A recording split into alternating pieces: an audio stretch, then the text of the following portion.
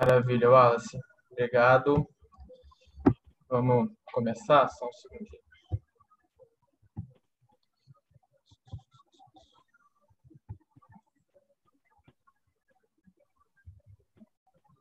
Quando puder começar a gravar, só me avisar, tá? Bom, pessoal, muito boa noite. Queria, em primeiro lugar, agradecer muito à Liga de Neurocirurgia e Neurologia da Unigran Rio pela parceria, pela gentileza. Foram todos extremamente gentis, a Sara, o Wallace, principalmente, que lidaram mais comigo. Minha gentileza e uma prestatividade muito grande. Queria agradecer também ao Centro de Estudos do Caxias d'Or, Bruno, um cara que tenho muita gratidão desde o meu tempo de plantonista. Imagino que seja, espero que seja o primeiro passo de uma parceria longa, né? Nossa equipe de neurologia do Centro Médico do Caxias d'Or está se formando agora, uma parceria que a gente está começando agora também com a Liga de Neurocirurgia e de Neurologia. Espero que a gente tenha vários outros eventos, parcerias em pesquisa, entre outras formas que a gente possa contribuir, tanto vocês com o desenvolvimento do nosso serviço, quanto a gente também com a formação de vocês. O tema da minha aula de hoje é o diagnóstico diferencial das síndromes demenciais. É um tema importante.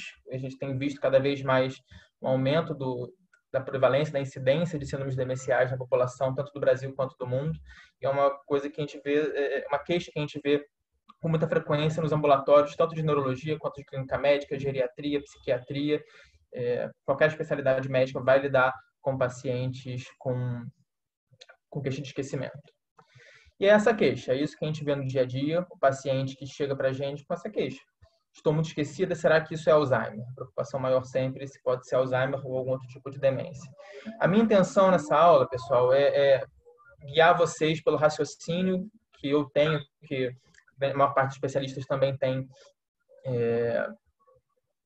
quando tem um paciente com esquecimento, por onde a gente vai, quais são os rumos do nosso pensamento até chegar à conclusão se pode ser Alzheimer ou se pode ser alguma outra forma de síndrome demencial. E a partir daí definir, claro, o tratamento, o prognóstico.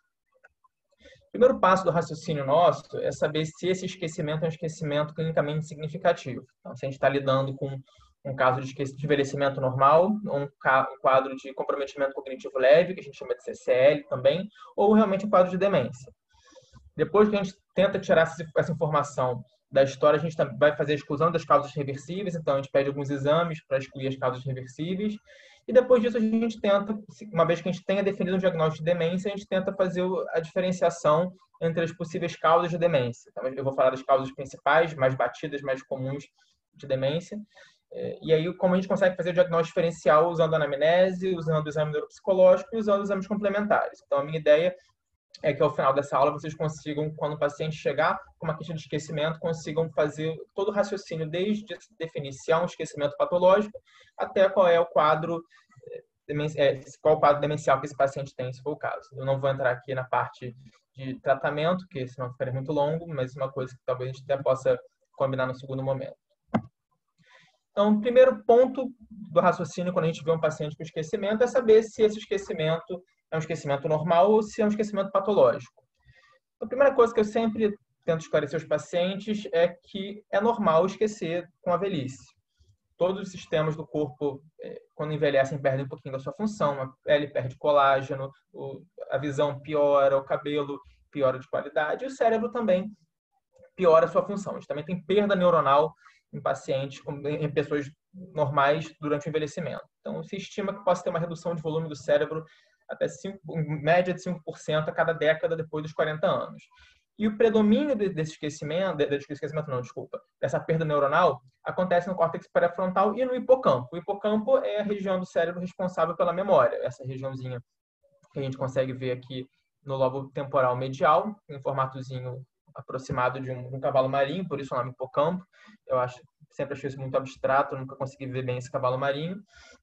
E aqui a gente pode ver um paciente que é um paciente jovem, aqui um paciente normal, mais idoso. A gente consegue ver uma perda de neurônios, uma atrofia. Vocês conseguem ver que os sulcos cerebrais ficam muito mais marcados, os ventrículos parecem um pouquinho maiores por conta dessa atrofia neuronal e os hipocampos parecem um pouquinho mais atrofiados. E a consequência disso é que a gente tem uma perda da memória, principalmente a memória episódica, que é aquela memória para fatos. O que define para a gente se o esquecimento é um esquecimento normal, se é um esquecimento esperado para a idade, é se esse esquecimento não tem impacto funcional, ou seja, se o paciente, apesar de esquecer algumas coisas, ele ainda consegue desempenhar todas as suas funções do dia a dia. Além do esquecimento normal, a gente tem o CCL, que é o comprometimento cognitivo leve. Nesse caso, a gente já está falando de uma condição patológica, já não é mais envelhecimento normal. O comprometimento cognitivo leve ele é um conceito relativamente recente, é um conceito que foi pensado para tentar facilitar tanto o tratamento quanto a prevenção dos quadros demenciais, embora a gente ainda não tenha estratégias terapêuticas ou preventivas muito eficientes, mas a ideia desse conceito é essa, né, desse construto, é que ele possa ser uma base para o tratamento precoce ou para a prevenção da demência. O que define para a gente CCL é um déficit cognitivo que já não é mais normal da idade, ou seja, a gente já tem algum comprometimento funcional, mas que não preenche os critérios, não atende, preenche está errado, desculpa, mas não atende aos critérios para demência, que eu vou falar a seguir. Então, é um paciente que vai ter já algum comprometimento funcional, mas ele vai ter sua independência preservada. Não é normal, mas também não é demência. E esse comprometimento cognitivo leve ele pode acontecer por vários motivos. Ele existe uma heterogeneidade grande. Então, a doença de Alzheimer, antes de acontecer, tem o CCL, a doença de demência por corpos de Levy tem CCL também. Então, a gente pode ter manifestações cognitivas leves antes de todos os quadros de demência. Então, isso é importante a gente ter em mente também, porque já ajuda a gente a prever para qual tipo de demência esse paciente pode evoluir. E não necessariamente vai haver evolução, o paciente pode ficar estagnado no CCL, ele pode até reverter ao normal depois de um tempo, mas também pode ele evoluir para demência, isso acontece em uma média de 5 a 6% ao ano após os 70 anos. E aí, além dentro desse espectro de envelhecimento normal, CCL, a gente também tem a demência. Então, a demência é definida, de acordo com o DSM-5, como um declínio significativo em um ou mais domínios cognitivos que interfiram com a independência nas atividades cotidianas e que a gente não tem nenhuma outra causa neuropsiquiátrica conhecida. Então, quando eu digo declínio, eu sublinhei alguns pontos que eu acho que são importantes aqui. Declínio porque eu preciso que esse paciente tenha uma perda. Não adianta, se o paciente fala assim, eu sempre fui meio esquecido desde criança, isso não é demência. Então, eu preciso ter uma evidência de uma piora progressiva. O paciente era normal até um certo momento e ele tem piorado a função cognitiva progressivamente ao longo do tempo. Quando eu digo um ou mais domínios cognitivos, é porque a gente precisa tirar um pouco da cabeça o conceito de que demência é igual a perda de memória. A perda de memória, claro, é o mais clássico, é o que a gente mais ouve falar, mas não é o único domínio cognitivo que pode estar alterado na demência. Então, a gente pode ter alterações de função executiva, alterações visoespaciais, alterações de cognição social, pode ter alterações de linguagem também, a gente tem as afasias cognitivas primárias.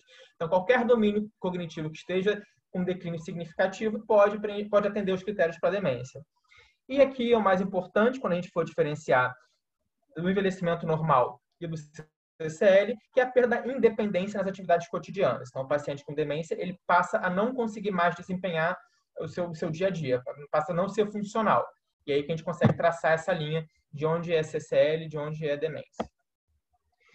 Aqui é um gráfico que eu acho interessante para a gente lembrar que existe a possibilidade de uma piora, de uma progressão do paciente que tem envelhecimento normal, que já tem queixa de esquecimento, ele pode evoluir para um CCL e esse CCL pode evoluir para uma demência. Então, quando a gente tem um paciente que tem queixas de esquecimento, é sempre interessante a gente manter um acompanhamento para poder ver como vai ser a evolução dele, se ele pode evoluir para o CCL, se ele tiver CCL, se ele pode evoluir para a demência ou não. Então, esse segmento sempre é interessante. Então, o paciente chegou, conversou com a gente, contou quais são as queixas de memória dele. A gente já tentou, pela história, tirar algumas informações, se tem um comprometimento funcional importante ou não. E daí, o padrão que a gente costuma fazer com esse paciente, depois da história colhida, do exame, enfim, é pedir alguns exames. Então, a gente pede alguns exames laboratoriais, a gente geralmente pede um exame de imagem.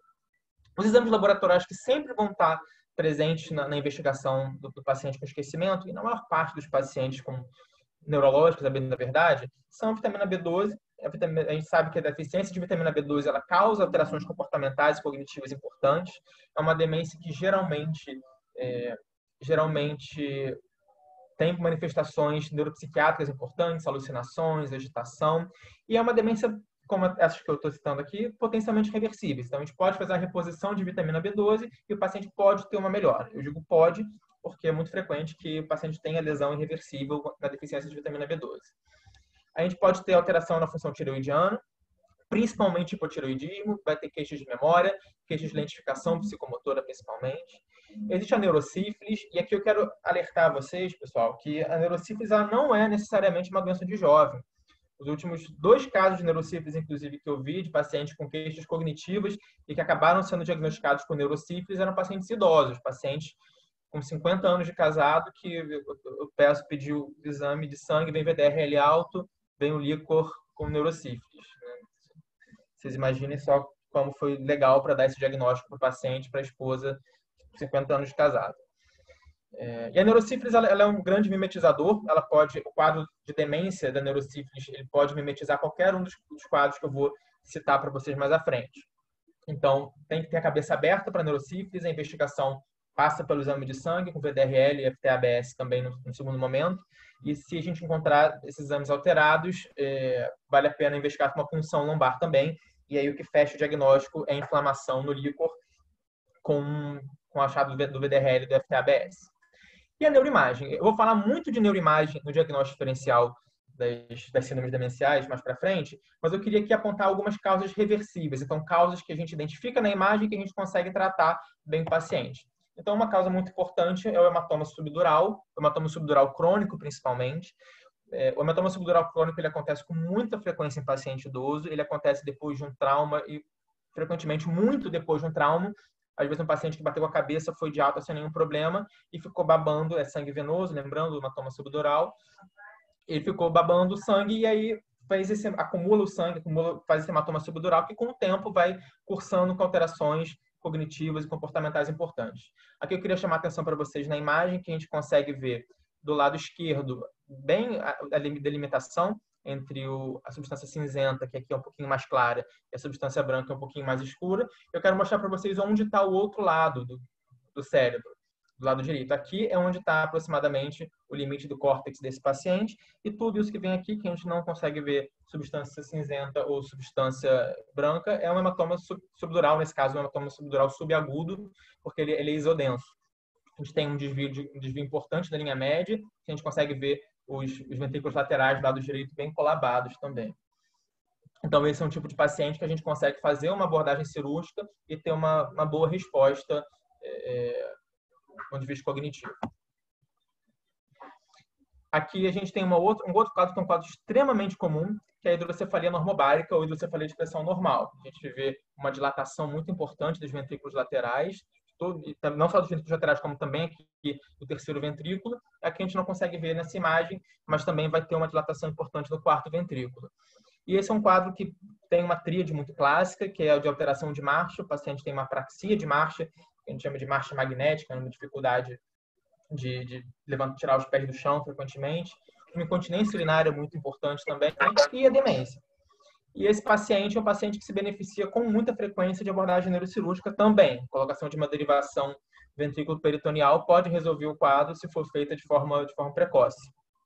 Então, são quadros que a gente tem que atentar. Também, claro, questões infecciosas, demências com evolução mais rápida, infecciosas ou tumorais, que a gente pode conseguir ver na neuroimagem, pode conseguir tratar e resolver a vida do paciente sem que ele fique com esse rótulo, com esse diagnóstico de demência, que é um diagnóstico horrível. Bem suposto, agora eu vou falar um pouquinho mais com vocês, feita essa introdução, falar um pouquinho mais sobre as síndromes demenciais principais e como a gente faz o diagnóstico diferencial na prática. Então, antes de eu falar do diagnóstico diferencial, eu vou fazer uma brevíssima introdução sobre quais são essas síndromes demenciais mais importantes. Então, claro, a primeira, mais importante, é a doença de Alzheimer, que é a doença neurodegenerativa mais comum, é uma doença que cursa a gente tem uma compreensão ainda ruim da fisiopatologia da doença de Alzheimer, mas a gente sabe que ela cursa com acúmulo de proteína beta-amiloide e de proteína tau, dos neurônios e fora dos neurônios, e que a consequência disso é uma destruição neuronal. Essa destruição neuronal, ela predomina no hipocampo. Como eu falei um pouco mais atrás, o hipocampo é a região do cérebro que é responsável pela memória. Então, a consequência disso é que a doença de Alzheimer é uma doença que tem como principal manifestação cognitiva a perda de memória. Então, uma demência amnésica. É talvez o protótipo do que a gente conhece como demência. É uma demência que tem uma evolução lentamente progressiva. Então, a gente não espera que o paciente tenha um início muito abrupto da doença de Alzheimer, embora até possa acontecer se ele tiver uma internação por uma infecção, ou um delírio, ou algo assim, ele pode ter um gatilhozinho que empurre, mas a evolução é de regra lentamente progressiva. E é uma doença do idoso. É uma doença do idoso, então a gente não espera que, embora existam também relatos, existem pacientes até com alguma frequência, mas classicamente é uma demência que cursa com início já na terceira idade. Então, após 60 anos, mais significativamente após 65 anos. Uma outra causa muito importante é a demência vascular. A demência vascular ela acontece, como o nome indica, por lesões vasculares que justifiquem uma perda da função neuronal. Então, tem duas formas principais que isso pode acontecer. Então, a gente pode ter um acúmulo de microinfartos, pode ter várias lesões em substância branca, principalmente, que prejudiquem a troca de informações neuronais, ou um infarto estratégico, quando tem um AVC que pega justamente uma região que causa demência. Os pacientes que têm demência vascular são pacientes, geralmente, com vários fatores de risco cardiovasculares, hipertensos, diabéticos, tabagistas, dislipidêmicos. E uma coisa que pode diferenciar um pouquinho da doença de Alzheimer e de outras formas de demência é que uma demência que tem uma evolução em degraus, então eu posso ter pioras muito agudas seguidas por fases de platô, ou ela pode ser até monofásica. Se eu tiver um paciente com infarto estratégico, por exemplo, ele pegue, por exemplo, tálamo, hipocampo, cabeça do caudado, o paciente vai ter naquele momento, o início do seu quadro demencial e vai se manter num platô daí para frente. A terceira forma de demência que eu queria mencionar é a demência por corpos de Levy. É uma demência que cursa com acúmulo de alfa-sinucleína, então isso aproxima outras doenças que cursam com acúmulo de alfa-sinucleína, sendo a mais famosa a doença de Parkinson. É uma doença que é prima da doença de Parkinson. E de outras doenças também, como atrofia de múltiplos sistemas. Como uma doença prima da doença de Parkinson, ela tem como manifestação mais importante o parkinsonismo. Além disso, a gente pode ter outras manifestações que são muito características, que ajudam muito a diferenciar das outras formas de demência, como sintomas neuropsiquiátricos, como alucinações, flutuações cognitivas e os transtornos comportamentais do sono REM. Tudo isso eu vou falar com um pouquinho mais de calma mais para frente. E essa é uma demência que também é típica do idoso, mas que acontece geralmente com uma idade um pouquinho mais avançada do que na doença de Alzheimer. Então, a gente vai esperar que esse paciente com 70, 75 anos abra os primeiros sintomas de Levy. E, por fim, a degeneração frontotemporal, DFT, eu já falo daqui para frente, que a gente tem uma atrofia dos lobos frontais e temporais, geralmente assimétrica. É uma doença que, na verdade, pode ser causada por várias origens patológicas. A gente tem taupatias, então tem acúmulo de proteína tal, pode ter acúmulo de TDP-43, pode ter várias origens genéticas. Então, é uma doença que tem várias origens possíveis e acaba dando essa síndrome, que é a degeneração dos lobos frontais e temporais. Os pacientes cursam com frequência com manifestações comportamentais e de linguagem, característica que ajuda a diferenciar das outras formas de demência. E, em comparação aos outros tipos de demência, é uma demência que tem início mais precoce. Então, a gente pode aí ter um paciente com demência precoce, por volta dos 50 anos, abrir o quadro de DFT. Então, isso aqui é só, pessoal, uma introdução para a gente saber quem são os atores que a gente vai falar daqui para frente, esses 4 personagens que a gente vai explorar com um pouquinho mais de detalhe. E por quê? Por que diferenciar? Qual a importância da gente saber quando o paciente tem demência, se ele tem Alzheimer, se ele tem demência vascular, se ele tem Levy ou se ele tem DFT? Do ponto de vista de tratamento, não faz tanta diferença porque nenhum deles tem tratamento específico. As medicações que a gente tem não tratam de forma eficiente nenhuma dessas condições. Então, por que a gente vai diferenciar? Em primeiro lugar, por questões prognósticas. Um paciente, por exemplo, com uma demência de Alzheimer, ele costuma ter um prognóstico mais favorável do que um paciente com Levy ou com DFT. Então, até para a gente poder preparar a família, preparar o paciente, é importante a gente poder saber o que esperar, como essa doença vai evoluir para o paciente, para poder preparar a família, preparar o paciente quando ele tiver consciência da doença, claro, porque vem por aí e para as medidas, por exemplo, de organização financeira, organização familiar, para saber como a doença vai evoluir e ele se preparar para essa evolução. A gente pode precisar saber de questões genéticas, por exemplo. Então, a maior parte dessas demências que eu falei não tem origem genética. O Alzheimer geralmente não tem origem genética, as demências vasculares não costumam ter origem genética e o Levy também não. A DFT, por outro lado, tem com alguma frequência origem genética. Então, é muito importante que a gente saiba que o paciente tem DFT para poder tentar identificar qual é a origem genética e, às vezes, orientar os familiares. O Alzheimer, como eu falei, não costuma ter origem hereditária, 98% das vezes ele é esporádico, mas 2% dos casos são genéticos. são hereditárias, principalmente em casos mais precoces. Então, também a gente identificar um paciente com Alzheimer precoce pode ser muito importante para o aconselhamento dos filhos e netos desse paciente. E, por fim, como eu falei, existem algumas medicações que, embora a gente não tenha um tratamento específico, um tratamento eficiente para os quadros demenciais, algumas medicações são mais úteis. Então, por exemplo, os anticolinesterásicos que a gente utiliza para o Alzheimer, a gente, via de regra, evita em pacientes com DFT, porque não leva a nenhum tipo de melhora e pode até prejudicar. Além disso, existem alguns medicamentos que devem ser evitados em alguns tipos de demência. O exemplo principal que eu posso dar são os antipsicóticos, que a gente evita ao máximo fazer em pacientes com demência por corpus de Levy. Uma das características clássicas da demência por corpus de Levy é uma intolerância a antipsicóticos. Então, a gente saber que o paciente tem demência por corpus de Levy vai ajudar a gente a evitar antipsicóticos que tendem a trazer efeitos colaterais graves nesse perfil de paciente. Então, como toda avaliação médica, a gente começa pela anamnese. Já tem algumas alterações na anamnese que a gente consegue diferenciar as condições. Então, lembrando, uma demência mais precoce, com menos de 60 anos, sugere DFT, é a causa mais comum, mais importante no dia a dia de demência precoce, enquanto demências com início mais tardio, principalmente acima de 70 anos, devem levantar uma luzinha na cabeça para a demência por corpus de Levy. Atenção que isso aqui não é uma regra absoluta, tá, pessoal? Existem casos de Alzheimer que são precoces, existem casos de Alzheimer que são tardios, demências vasculares podem ser mais precoces ou mais tardias, mas é interessante a gente ter isso em mente para tentar direcionar um pouquinho o raciocínio desde o primeiro momento. Sobre história familiar, aqui a gente entra novamente na questão genética.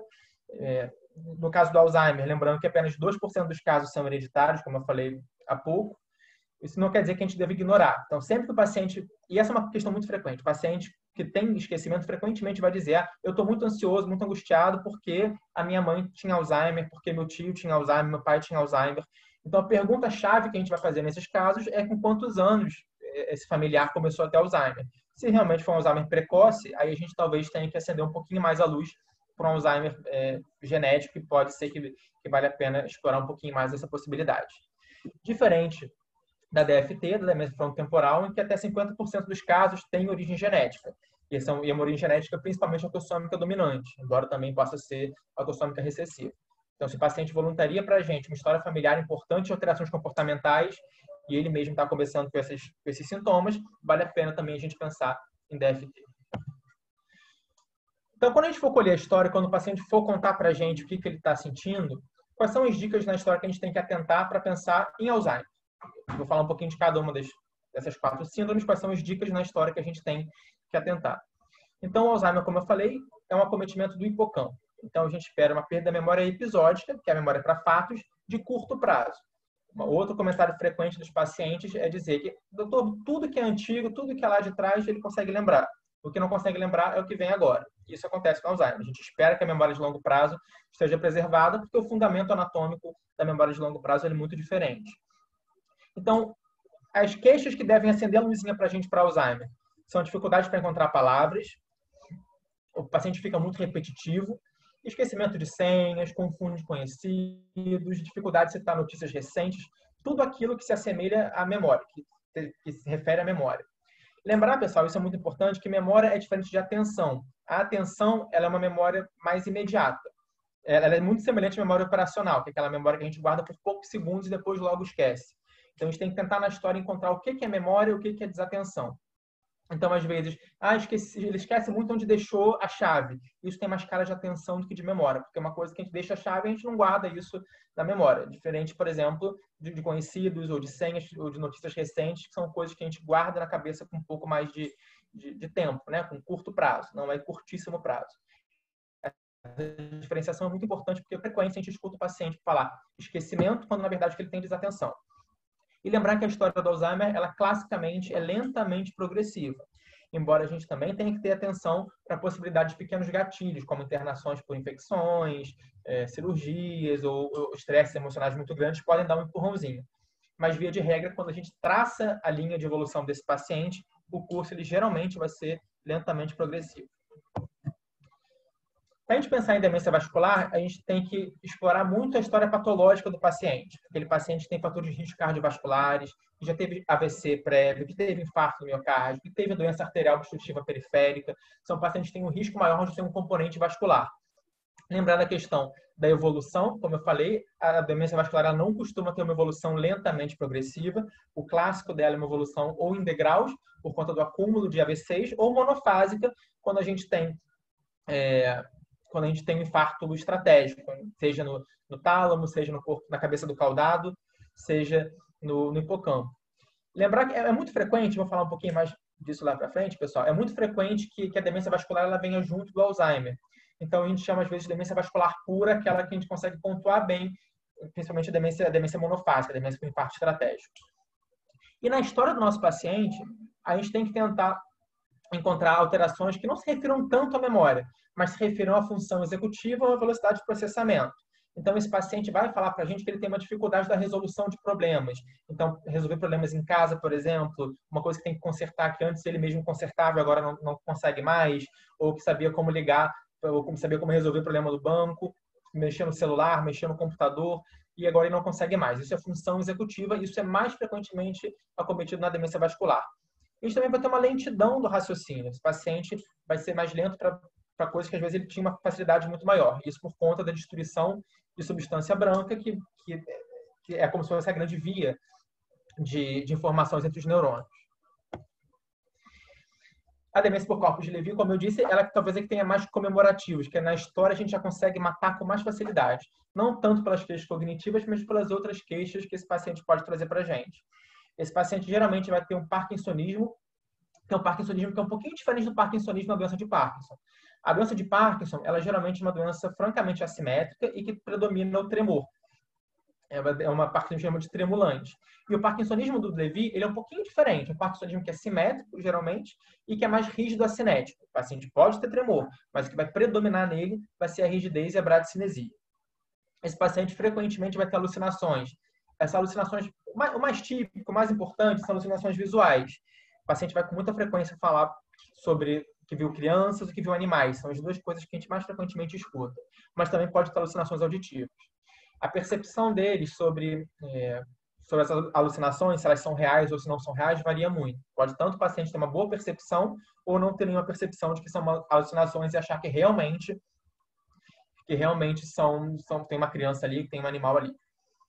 Esses pacientes com frequência também vão ter flutuações cognitivas. Flutuação cognitiva é a sonolência que acontece no meio do dia. Isso acontece por perda de funções colinéticas, por vias colinéticas de atenção. Então, o paciente, ao longo do dia, ele pode ficar mais sonolento e depois, de repente, ele acorda mais, fica mais desperto. Pode ter um dia mais sonolento, um dia mais desperto, um dia mais agitado. Essas grandes flutuações são muito típicas do Levy. E uma outra alteração que a gente tem que atentar é o transtorno comportamental do sono REM. Isso é uma manifestação que a gente vai ver em todas as alfa-sinucleinopatias, como no Parkinson, atrofia de múltiplos sistemas. E o sono REM é aquele sono que a gente tem os sonhos mais vívidos, sonos, então, frequentemente de luta e fuga. E o normal é que o corpo ele mantém uma atonia durante o sono REM. Então, a gente tem aquele sonho, que é um sonho muito agitado, muito vívido, de que está lutando, que está fugindo, mas o corpo ele fica atônico, sem movimento. E isso é perdido em algumas alfa-sinucleinopatias, inclusive na demência por corpos de Levy. Então, uma queixa que a gente tem que atentar na história é que o paciente se mexe muito, fala muito durante o sono e, classicamente, ele pode dar tapas, socos, chutes no seu cônjuge. A gente tem que também tentar ver se não é uma desculpa só para dar uns tapas, mas geralmente não é. Geralmente o paciente está dormindo e sem saber, dar um tapa, dar um soco, frequentemente machuca o seu cônjuge. A literatura mostra que esse é um fator que ajuda muito a prever o diagnóstico. Do ponto de vista de domínios cognitivos, o clássico na demência por corpos de Levy são domínios visuais. O paciente até pode ter perda de memória, mas o mais importante é uma desorientação espacial e dificuldades visoconstrutivas. Então, qualquer coisa que exija do paciente uma boa noção visual vai ser perdido. Por exemplo, para dirigir. Passa a dirigir mal, a arranhar o carro, bater o carro. O paciente desenhava muito bem, agora não desenha mais bem. Tinha uma boa noção de espaço em casa para planejamento de decoração, por exemplo, e agora não consegue mais fazer isso. Isso são coisas que são muito clássicas da demência por corpos de Levy. E é uma demência que tem um prognóstico pior do que a doença de Alzheimer, do que os outros tipos de demência. Então, o paciente costuma evoluir mais rapidamente para um estado avançado de doença. E o DFT, algumas dicas na história que a gente tem que atentar, são comportamentos inapropriados, comentários indelicados, o paciente que a gente chama de desfrontalizado. Ele perde a inibição social. Tem dois exemplos que eu gosto muito de dar em aula de um paciente que eu vi uma vez, que eu achei dois exemplos muito interessantes que eu acho que ilustram bem o que é o paciente com DFT. A paciente estava viajando e ela estava com fome durante a viagem, estava, se não me engano, em Londres, se não me falha a memória. E ela ficou com muita fome, ela passou, viu uma criança na rua andando, que ela não conhecia, com um saco de pipoca, ela foi até a criança e meteu a mão no saco de pipoca para comer. Então, ela perde o juízo crítico, perde o tato social, o lustre social. Essa mesma paciente, nessa mesma viagem, também com fome, estava na fila do Subway, a fila estava demorando muito, ela foi, deu a volta, passou para trás da bancada e fez o seu próprio sanduíche. Então, são comportamentos inapropriados, comportamentos que a gente tem a perda do tato social, do julgamento social. Isso acontece por conta da atrofia frontal, que é típica da DFT. Esse paciente pode ter perseveração, ele tem dificuldade em alternar entre diferentes tarefas, porque acaba fazendo tarefas, às vezes, que exijam variação entre etapas, esse paciente não consegue desempenhar. Paciente com frequência, e isso também em fases mais avançadas, tem comportamento de utilização. O que é um comportamento de utilização? Se você colocar qualquer objeto na frente do paciente, ele vai pegar. E isso é um teste que você pode fazer de forma fácil no consultório. Você pode estar de frente para o paciente, colocar a caneta, o carimbo ou algum objeto na frente do paciente, e esse paciente espontaneamente vai estender a mão para buscar, para manusear esse objeto. Outra coisa também que a gente vê com muita frequência, e aí também mais em fases mais avançadas da doença, é uma hiperoralidade. Então, o paciente tem tendência a colocar as coisas na boca. Uma perversão alimentar também, que são coisas que estão até relativamente relacionadas. Às vezes, pacientes que não fumavam começam a fumar para saciar essa oralidade e começam a comer doces com mais frequência, comer mais besteiras com mais frequência ou comer coisas bizarras que antes não tinham esse hábito.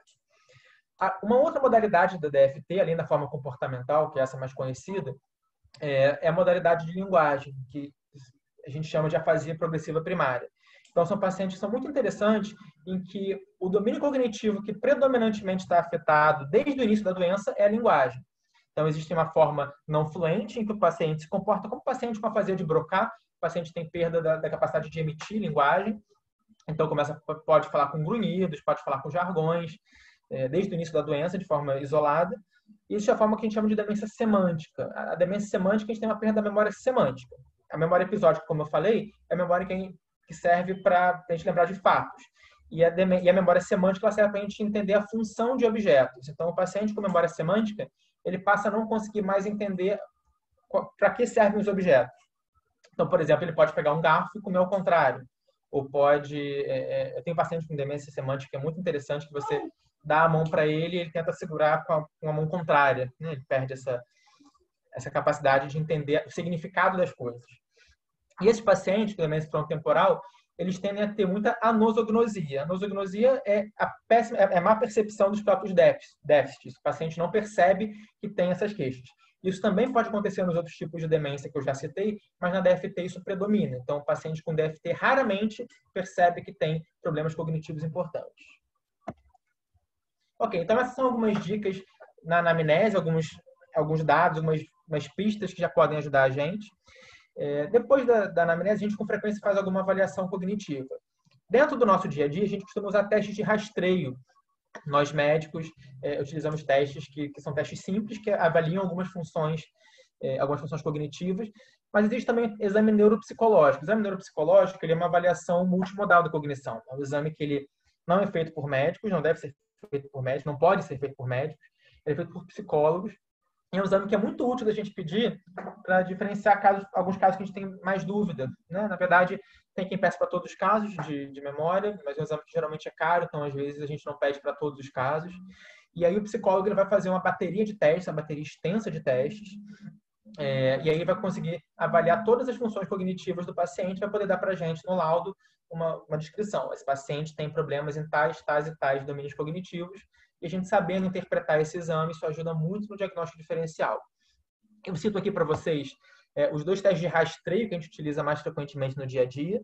O mais comum é o Mini-Mental. O Mini-Mental é um teste muito simples, um teste de 30 pontos. A gente avalia a orientação temporal e espacial, avalia a memória imediata e de evocação, avalia algumas contas, nomeação, repetição, um comando de estágios muito simples, em 3 estágios, pegar a folha de papel, dobrar ao meio e colocar no chão.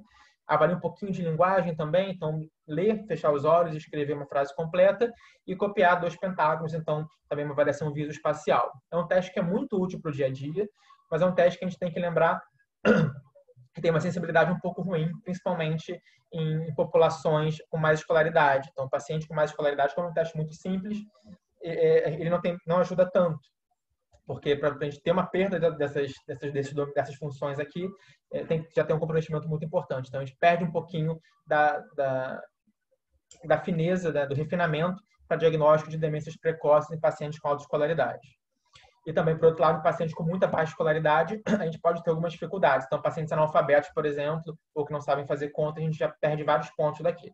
Por conta disso, o teste tem vários pontos de corte diferentes para diferentes escolaridades. Então, é um teste que é muito útil no dia a dia, mas tem algumas limitações que a gente tem que estar a par.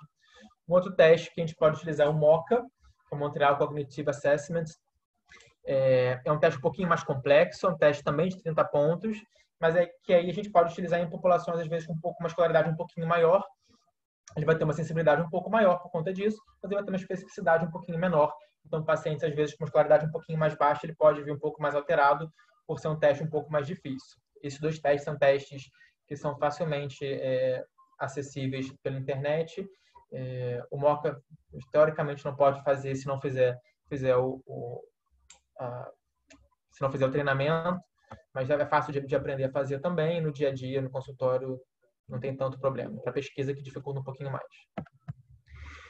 Bom, esses são os testes de rastreio que a gente pode utilizar. E o que a gente espera? Quais são os domínios que a gente espera ver alterados nessas 4 formas de demência que ajudam a gente a pensar mais? Então, o Alzheimer, eu já falei várias vezes, lembrando que o aprendizado é a arte da repetição.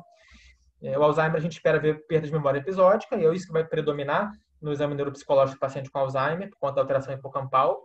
Na demência vascular, a gente espera ver uma perda de velocidade de processamento, função executiva, planejamento.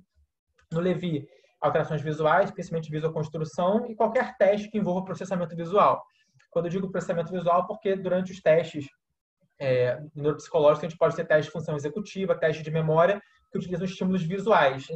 Nesses testes, o paciente com Lewy costuma se sair pior. E na DFT, a gente pode ter perda de função executiva, perda de linguagem, perda de memória semântica, principalmente pacientes com demência semântica, com afasia progressiva primária não fluente. E a DFT é uma demência predominantemente cortical, a gente tem uma atrofia cortical importante. Então, sintomas corticais como as apraxias também são muito frequentes nesses pacientes e isso pode ser visto no exame neuropsicológico. Bom, então, passado a nossa anamnese, passado o nosso exame neuropsicológico, a gente entra nos exames complementares. Lembrando que os exames complementares servem para complementar. Então, o ideal é quando a gente for pedir esses exames, a gente já sabe o que a gente está buscando e aí segue para pedir o exame para ver o que vai dar. Os exames principais que a gente pode pedir para fazer diagnóstico diferencial são... o principal é a ressonância magnética, sem dúvida, que geralmente é o que a gente pede.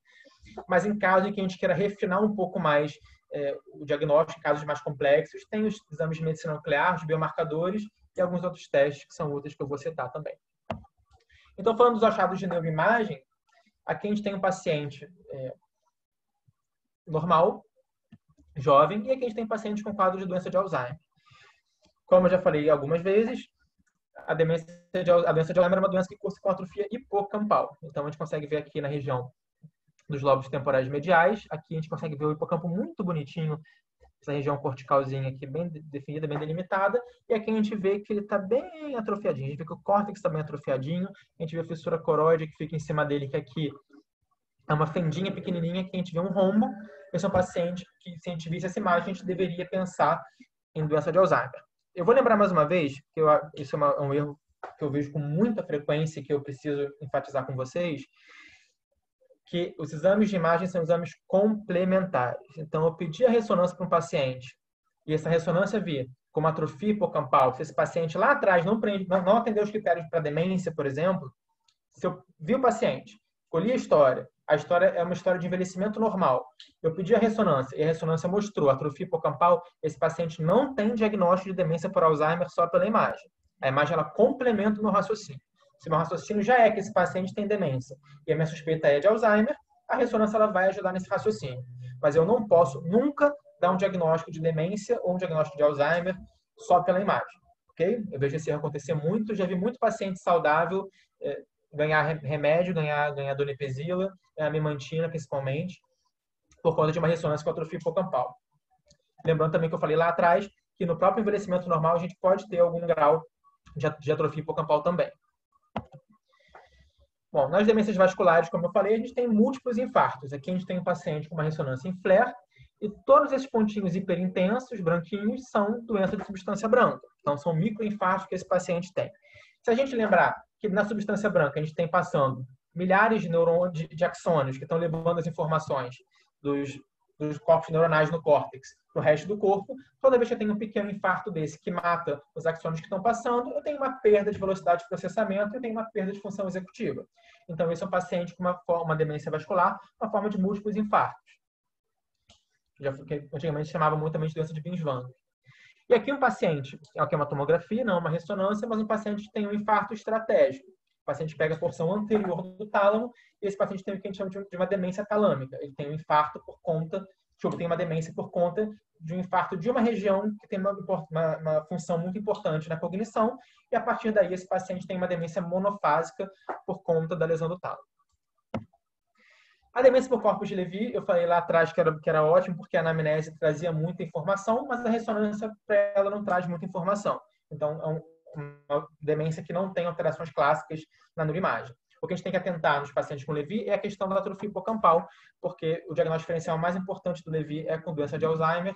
Então, um paciente que tenha, a gente espera, embora não obrigatoriamente isso aconteça, mas a gente espera que o paciente com Levy tenha menos atrofia hipocampal do que o paciente com Alzheimer. É uma pistazinha que a gente tem que procurar na neuroimagem.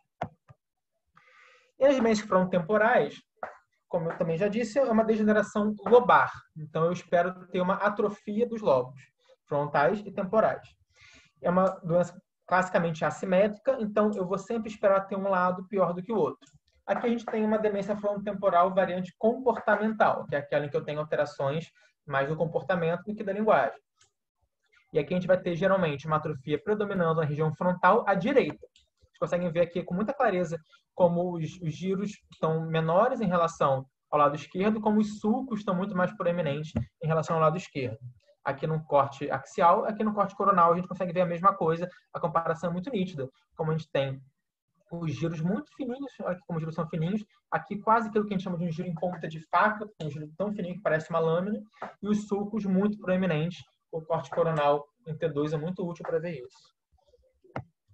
Aqui a gente já tem uma outra forma de demência frontotemporal, mas a gente já consegue pensar que é uma demência frontotemporal só porque a gente tem uma atrofia assimétrica dos lobos frontais e temporais, aqui especificamente do polo temporal esquerdo, é o que a gente espera encontrar numa demência semântica, que é aquela em que o paciente tem uma perda da noção do significado das palavras e dos objetos. Ok.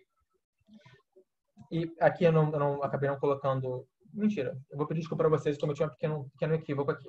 Aqui do lado esquerdo, a gente tem uma demência semântica, então um paciente que tem uma atrofia no polo temporal esquerdo, e aqui a gente tem uma atrofia, na verdade, da região de Broca, né, do giro frontal inferior, e que a gente encontra numa afasia progressiva primária na forma não fluente.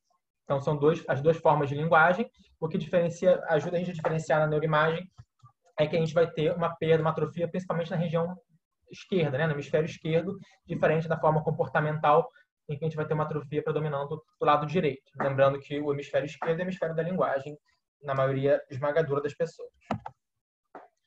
Bom, além da neuroimagem, da ressonância, a gente utiliza com muita frequência também a medicina nuclear.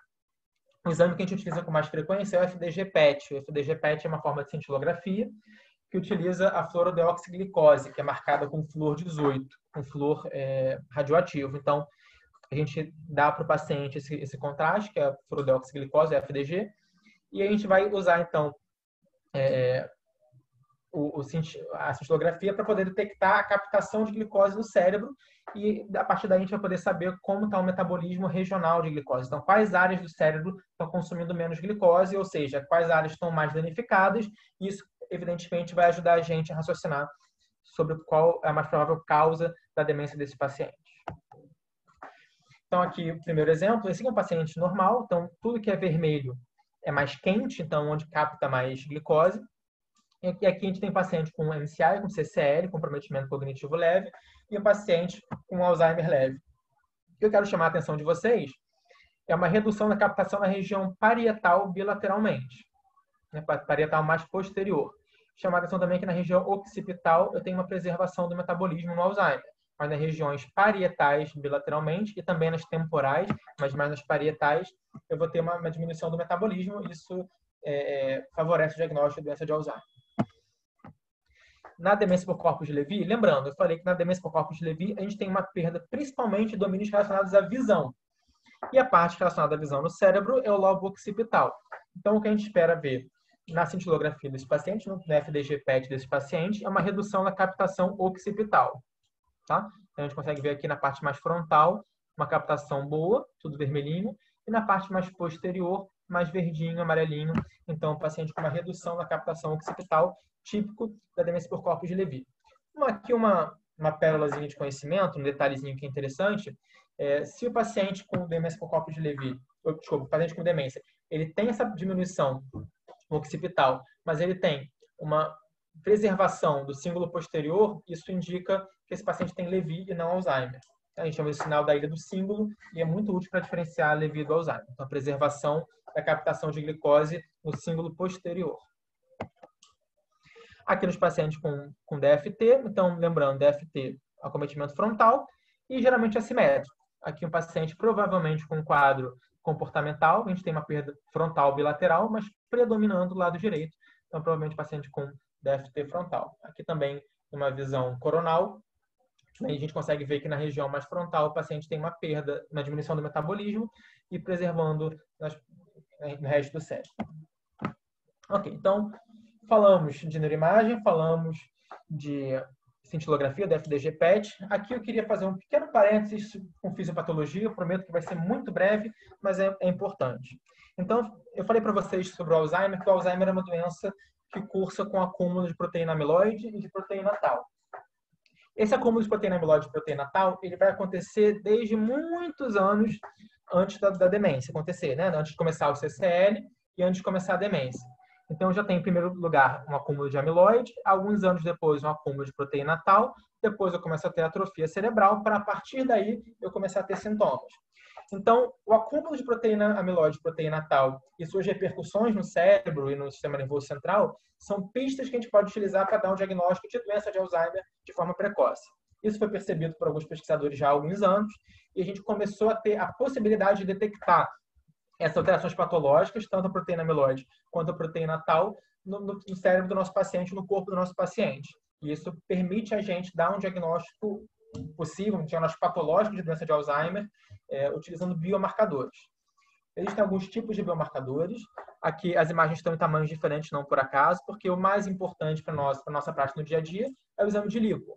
Então, hoje em dia, a gente já consegue detectar a presença de biomarcadores no líquor de pacientes com Alzheimer. A gente pede a proteína beta-amiloide e a proteína tau. A proteína beta-amiloide geralmente está diminuída no líquor e a proteína tau geralmente está aumentada no líquor. Eu tenho um macete para guardar isso, vocês não contem, por favor, porque é meio feio, mas a proteína beta-amiloide está beta-amiloide diminuída e a tau está aumentada. É um macetezinho para a gente lembrar como que se comportam os biomarcadores no líquor. Então, se o nosso paciente tem queixa de memória e tem amiloide diminuída e está aumentado no líquor, isso já é uma pista para a gente de que existem alterações patológicas de Alzheimer no cérebro desse paciente. Isso já está muito bem consolidado, isso é uma coisa que a gente consegue fazer na nossa realidade hoje, se a gente pedir, bom, é um pouquinho caro, os planos não cobrem, mas a gente pode conseguir fazer no paciente particular. Aqui, um pouquinho maior, mas porque não é acessível no nosso meio ainda, mas é acessível em algumas cidades do Brasil. A gente tem também a cintilografia, só que a cintilografia utilizando marcadores de proteína amiloide e de proteína tau. O PIB-PET, que é o PET amiloide, ele está disponível em São Paulo e no Rio Grande do Sul. E a gente lá no IDOR está participando de um estudo que deve trazer em breve também para o Rio de Janeiro. E usando o PIB-PET, a gente consegue detectar a captação de proteína amiloide no cérebro em vivo. Então, a gente consegue detectar que esse paciente tem proteína amiloide acumulando em sítios que indiquem doença de Alzheimer patológica. E a gente tem também, aí no Brasil a gente ainda não tem com facilidade, o PIB-tau, o PET-tau. Então, a detecção também da proteína tau no cérebro funciona de forma semelhante ao líquor. Então, do mesmo jeito que a gente consegue hoje fazer com o líquor, a gente em breve também vai conseguir, usando cintilografia, detectar a presença de proteína amiloide e de proteína tal no nosso paciente. E aqui um pouquinho menor, porque é uma novidade muito grande, um estudo que saiu esse ano, que foi assunto muito grande nas rodas de pesquisadores de demência, e que até saiu na grande mídia, que é o advento de biomarcadores no soro também. Então, a detecção da proteína tal no soro. Então, são estudos que estão saindo agora. Os primeiros, isso é uma coisa que é buscada pela comunidade científica há muito tempo, o biomarcador no soro, e que está se tornando realidade nos próximos anos. Provavelmente, a gente vai começar a conseguir pedir exames de sangue que detectem proteína tal e que mostrem para a gente essa assinatura patológica que costuma estar associada à doença de Alzheimer. Além dos biomarcadores, tem alguns outros testes aqui, na verdade, um pouco mais para demência por corpos de Levy. A gente tem o TRODAT, que é uma cintilografia com captação de dopamina. Paciente que tem demência por corpos de Levy tem menor captação de dopamina no estriado do que paciente com Alzheimer, por exemplo. É muito útil esse exame para isso, para diferenciar Alzheimer de Levy, mas não para diferenciar Levy de Parkinson, por exemplo. A gente tem a polissonografia. Não sei se vocês sabem como funciona a polissonografia. Polissonografia é um exame que o paciente dorme uma noite fora de casa e ele é monitorado de várias formas diferentes. Então, tem monitoração eletroencefalográfica, monitoração de oximetria, monitoração de movimentação. Então, é feita uma monitoração fisiológica ampla do paciente durante o sono e é possível detectar que o paciente está no sono REM pelo eletroencefalograma, mas que o paciente não mantém a atonia. Então, a gente consegue detectar alterações comportamentais do sono REM pela polissonografia e é uma pista que a gente pode utilizar para o diagnóstico de demência por corpos de Levy, inclusive está nos critérios diagnósticos dessa doença, alteração polissonográfica, perda de atonia no sono REM. A gente tem a cintilografia miocárdica, que também está alterada no Levy, é uma forma de a gente diferenciar do Alzheimer, mas também uma alteração da cintilografia miocárdica do MIBG também está presente na doença de Parkinson. E alguns testes genéticos, como eu falei, vão ser utilizados de forma muito, muito pontual na DFT, nas DFTs, e em casos de Alzheimer precoce. Bom, eu falei tudo isso, pessoal, dei essa pincelada geral sobre diagnóstico diferencial das principais causas de demência, e aqui eu coloquei esse slide para vocês para mostrar que não é tão simples quanto eu coloquei. Então, que o mais frequente, na verdade, os pacientes não tenham uma dessas causas, o mais frequente é que eles tenham várias dessas causas. Aqui a gente tem pacientes com CCL, com demência precoce, com demência tardia e os fundamentos patológicos desses pacientes. Então, pacientes que morreram, foi feita análise cerebral. Azul é patologia de Alzheimer, vermelho é patologia vascular e verde é patologia de demência por corpos de Levy. E vocês podem ver como os pacientes com demência, os pacientes até com CCL, com muita frequência tem 2 ou até 3 assinaturas patológicas diferentes. Isso quer dizer que a gente não deve fazer o diagnóstico diferencial? Não. Frequentemente, os pacientes vão ter um predomínio de um desses fenótipos e a gente vai abordar esse paciente com um desses fenótipos. Mas é para a gente tentar ter em mente que, geralmente, não é tão limpo assim, a investigação não vai ser tão limpa assim e que a gente pode lidar com múltiplas assinaturas patológicas diferentes ao mesmo tempo. Para fechar, pessoal, eu quis colocar um caso clínico só para desenhar tudo isso que eu falei, essa linha de raciocínio que eu contei para vocês, para a gente fazer um casozinho junto e para entender na prática como isso funciona. Então, uma paciente de sexo feminino, 75 anos, viúva, com 10 anos de escolaridade, é uma comerciante aposentada. A queixa principal é esquecimento. Pessoal, a queixa principal sempre é esquecimento. Então,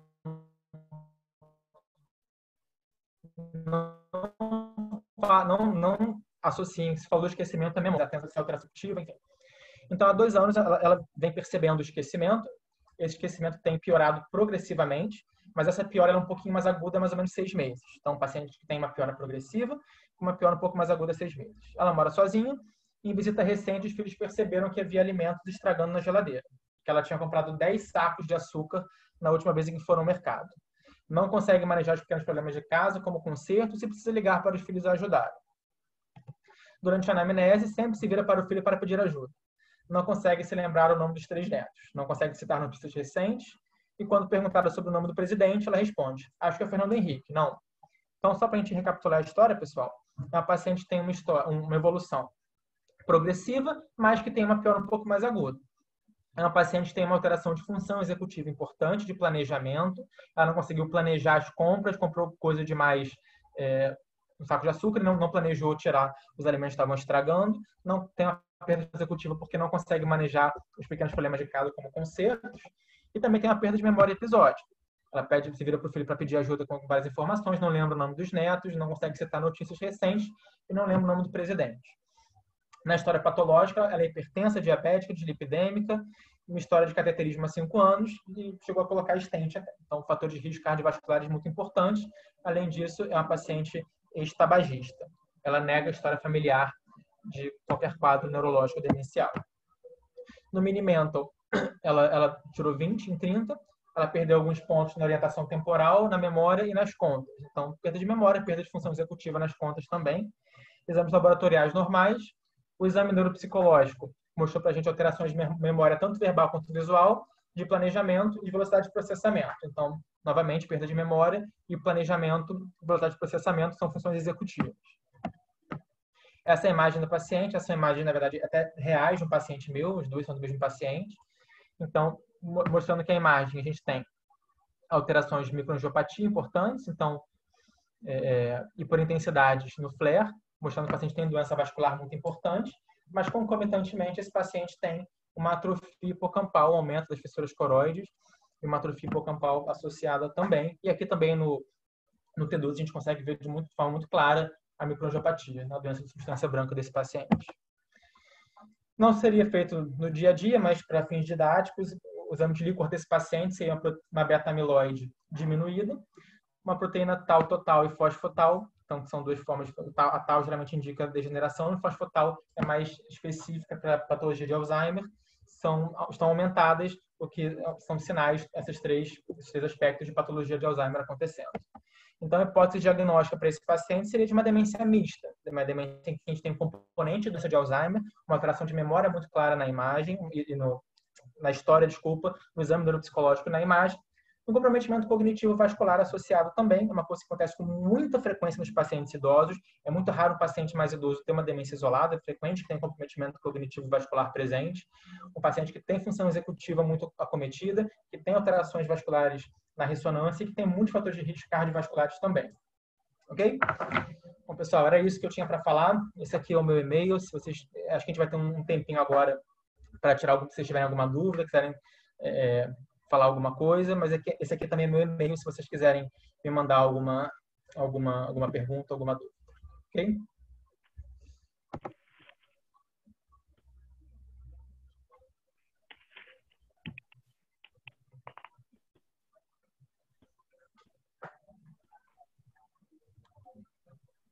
Podemos fazer o sorteio depois das dúvidas, né? Se vocês quiserem.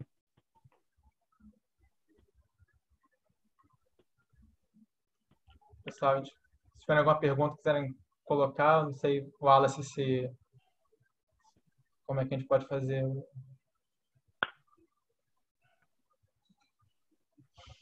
Tem um pessoal agradecendo, foi excelente, realmente. Esperar um pouquinho, ver se tem alguma dúvida. Ninguém tem dúvidas?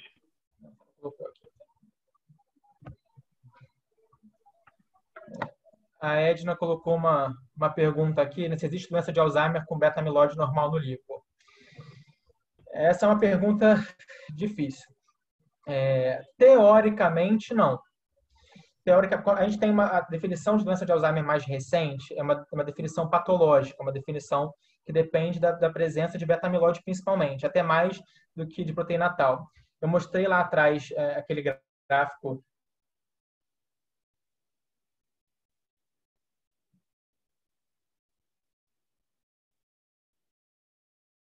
Acho que tá bom.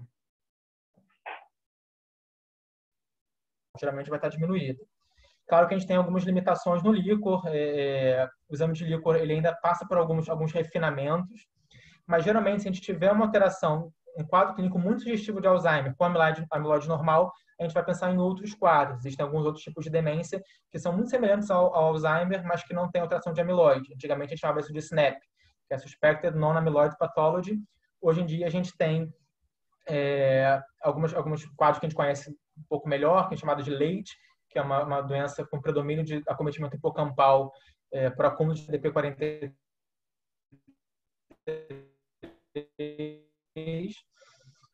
mas geralmente esse diagnóstico patológico de doença de Alzheimer é menos provável. O Luiz está perguntando os medicamentos para Alzheimer seriam qual o objetivo, já que é algo mais irreversível. Pois é. Os medicamentos para Alzheimer que existem são os anticolinesterásicos. Os anticolinesterásicos são medicamentos que servem para facilitar a transmissão colinérgica, principalmente que são vias que estão muito associadas à atenção. E existe também a memantina, que é um agonista NMDA. Esses pacientes, eles realmente não existe melhora da doença a longo prazo, mas existe uma possibilidade de melhora sintomática. Então, o paciente pode ter uma melhora da atenção, melhora um pouquinho do seu desempenho no dia a dia, e pode ter até algum alívio do ponto de vista comportamental. Então, a gente pode utilizar os medicamentos para Alzheimer para tentar melhorar a agitação, por exemplo, melhorar a apatia nem tanto, mas principalmente a agitação. Esses medicamentos, principalmente os anticolinesteráticos, podem ser úteis. Quando a gente pensa nisso, a gente, sabendo que são medicamentos que não trazem uma resposta a médio e longo prazo importante, a gente frequentemente tem um limiar muito baixo para suspender a medicação. Então, qualquer paciente que esteja alguma intolerância, que a gente não esteja vendo muita resposta, a gente tende a suspender de forma precoce, infelizmente.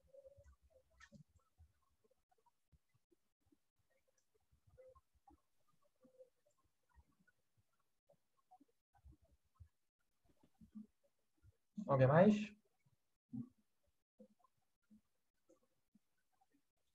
O meu e-mail está disponível também, se vocês tiverem alguma dúvida, quiserem eu tenho uma outra dúvida.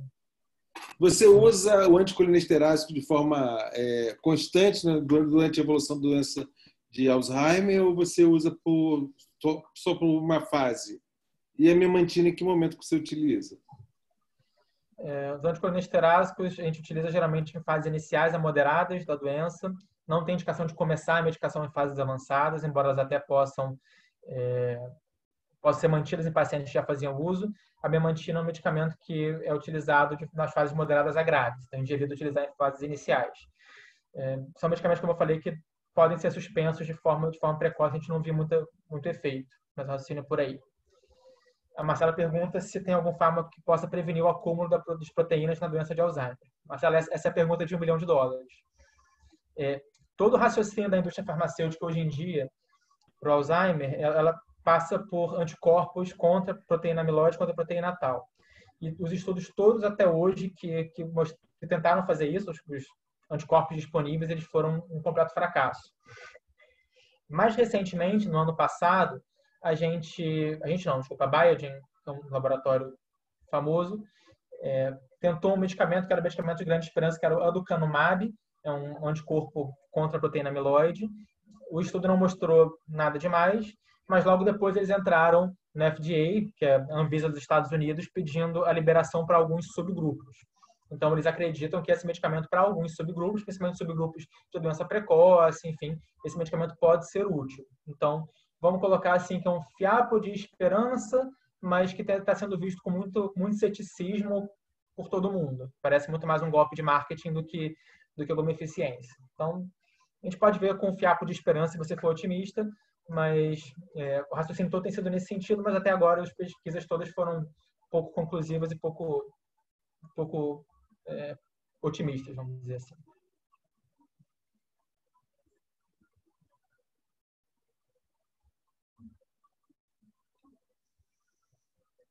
Deixa eu orar sobre o uso de canabidiol para Alzheimer. Bom, o canabidiol ele é um medicamento novo que está sendo utilizado para algumas doenças. Existe evidência científica forte para o canabidiol em alguns tipos de epilepsia, algumas epilepsias da infância refratárias, síndrome de Lennox-Gastaut, síndrome de Dravet. Algumas pessoas utilizam o canabidiol para outros tipos de epilepsia muito refratários. Existe alguma evidência do canabidiol para rigidez, para dores, principalmente dores por rigidez. Mas o canabidiol não é a panaceia da medicina. Ele não é um medicamento milagroso que vai salvar todas as doenças. Não existe evidência satisfatória de canabidiol para Alzheimer. não tem muito por que a gente pensar que o canabidiol possa ter um efeito muito bom para Alzheimer. O canabidiol é uma medicação que tem um efeito mais inibitório do sistema nervoso central. Não tem muito por que a gente achar que o canabidiol vai ser muito útil para Alzheimer. Não tem pesquisa suficiente para isso, e não é uma coisa sendo feita por nenhum centro especializado. A gente tem que tomar muito cuidado com o canabidiol sobre o que é evidência e o que é questão política, social, para dizer que é uma panaceia. Então, é um medicamento que parece ser útil para algumas coisas, não tem evidência, por enquanto, para o Alzheimer. Eu, pessoalmente, não consigo ver o racional para o canabidiol para Alzheimer, mas imagino que tem gente estudando isso que possa ter evidências que me provem o contrário, mas nesse momento eu não prescrevo.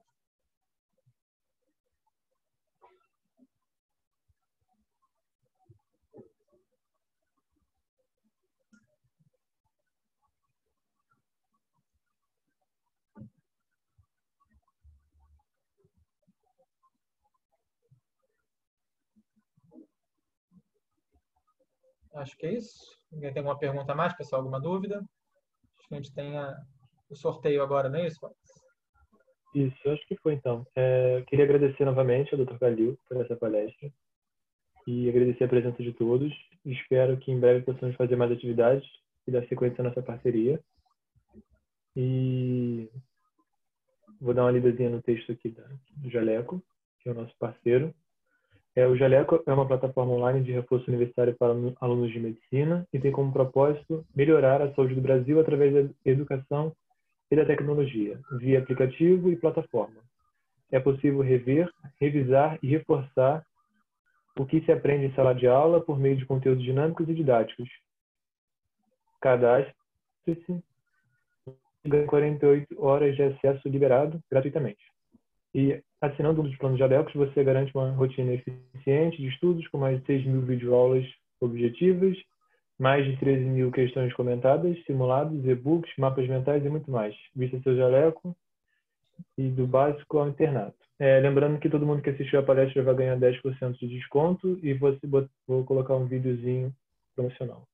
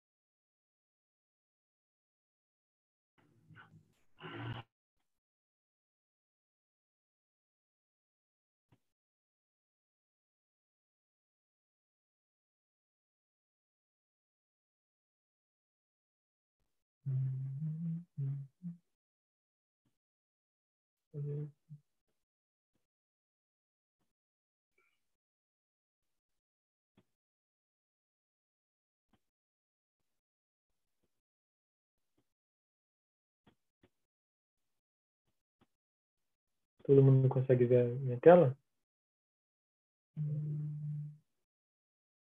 Vamos realizar o sorteio, então. Não estou Sim. conseguindo ver.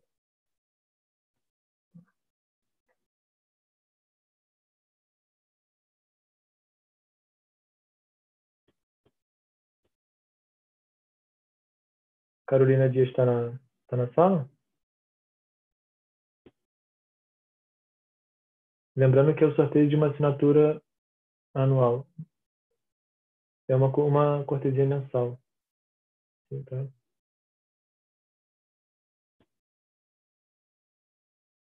Sim, tá na sala?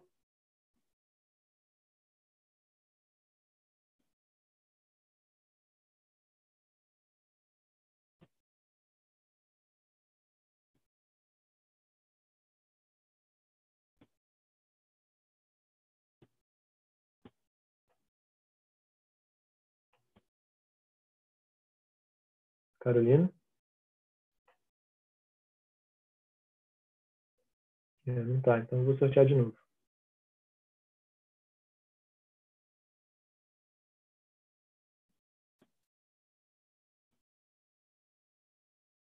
Luísa Dias Lima, tá aí?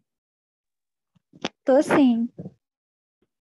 Então, depois da palestra, você entra em contato com a gente pelo Instagram, por favor. Vamos te dar certinho Tá as ótimo, muito informações obrigada. da promoção, tá bom? Parabéns por ganhar.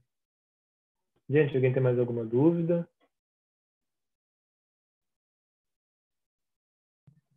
Mais algum comentário, alguma coisa? A gente pode encerrar.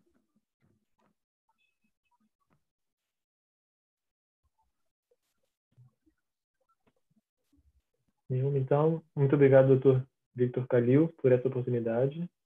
Vai ter lista de presença sim, e em breve enviaremos os certificados.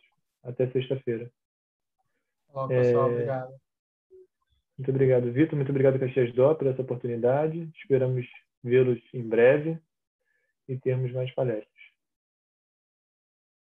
Quem puder dar uma ajuda lá no Instagram também, muito obrigado.